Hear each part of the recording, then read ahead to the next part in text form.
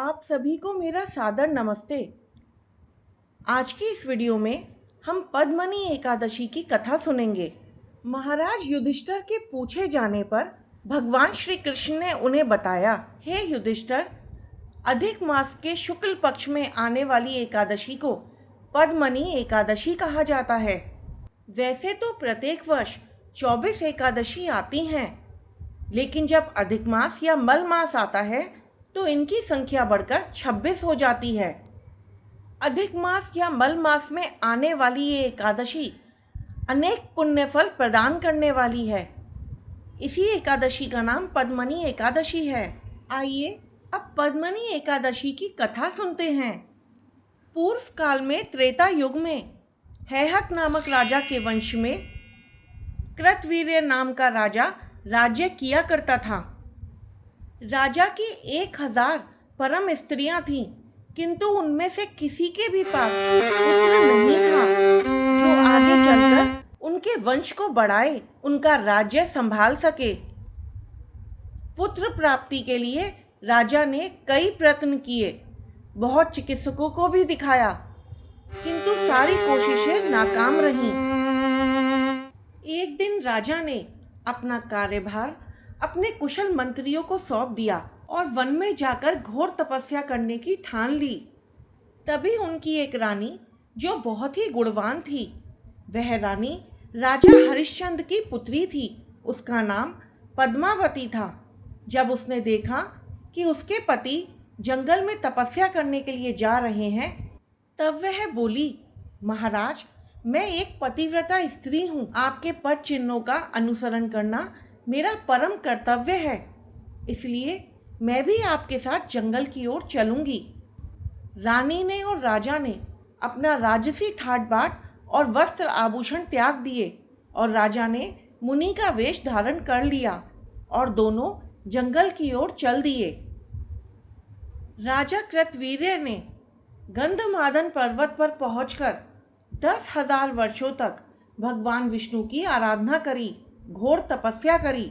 जब रानी पद्मावती ने अपने पति को इस घोर कष्ट में तपस्या करते हुए देखा, तो उन्होंने इस समस्या का उपाय ढूंढने का निश्चय किया और वह सीधी माता अनुसुईया के पास गई और बोली, हे माता, मेरे पति पिछले 10,000 वर्षों से भगवान हरि की तपस्या कर रहे हैं, किंतु अभी तक भगवान नारायण ने उन पर अपनी कृपा नहीं करी है।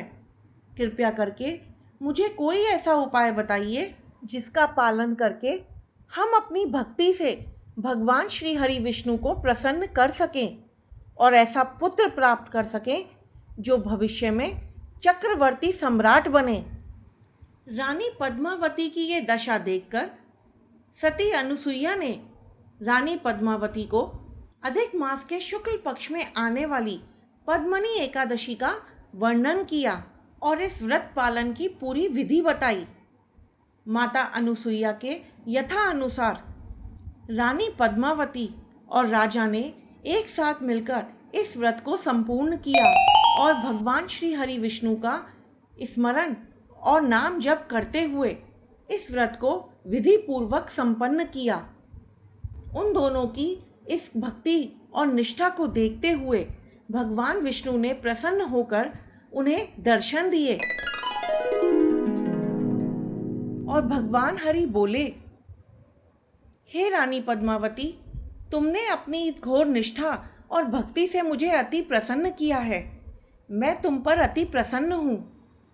अधिक मास में आने वाली पद्मिनी एकादशी मुझे सारी एकादशियों में सबसे अधिक प्रिय है और तुमने इसका नियम पूर्वक विधि पूर्वक पालन किया है। बताओ, तुम्हें क्या वर चाहिए? भगवान श्री हरि के मुख से यह मीठे वचन सुनकर रानी पद्मावती भावुक हो उठी और उसने भगवान विष्णु को प्रणाम किया और एक महान पुत्र प्राप्त करने की इच्छा प्रकट करी। राजा ने भी नतमस्तक होकर भगवान श्री हरि विष्णु को प्रणाम किया और बोले, हे प्रभु, मुझे ऐसा वरदान दीजिए कि मैं एक ऐसा महान पुत्र प्राप्त करूं जिसे कोई भी देवता, दानव या मनुष्य या कोई भी अन्य जीव परास्त ना कर सके और वह केवल सिर्फ आपसे ही परास्त हो सके। भगवान विष्णु ने उसी क्षण तथास्तु कहा और वहां से अंतर्ध्यान हो गए। राजा अपनी रानी पद्मावती से बेहद ही प्रसन्न हुए। कुछ समय के बाद भगवान विष्णु की कृपा से रानी पद्मावती ने एक तेजस्वी पुत्र को जन्म दिया। उसका नाम कृतवीर्य अर्जुन रखा गया। तीनों लोकों में यह एक ऐसा तेजस्वी राजा बना जिसे भगवान विष्णु के अलावा कोई भी नहीं हरा पाया। पद्मनी एकादशी की कथा का समापन करते हुए भगवान श्री कृष्ण महाराज युधिष्ठिर से बोले, हे राजन, पद्मनी एकादशी सभी सुखों की प्राप्ति करवाने वाली एकादशी है। ये बहुत ही कल्याणकारी है। मनुष्य को सभी भौतिक सुखों और आध्यात्मिक सुखों की प्राप्ति के लिए पद्मनी एकादशी का व्रत पूरे नियम व पालन के साथ रखना चाहिए।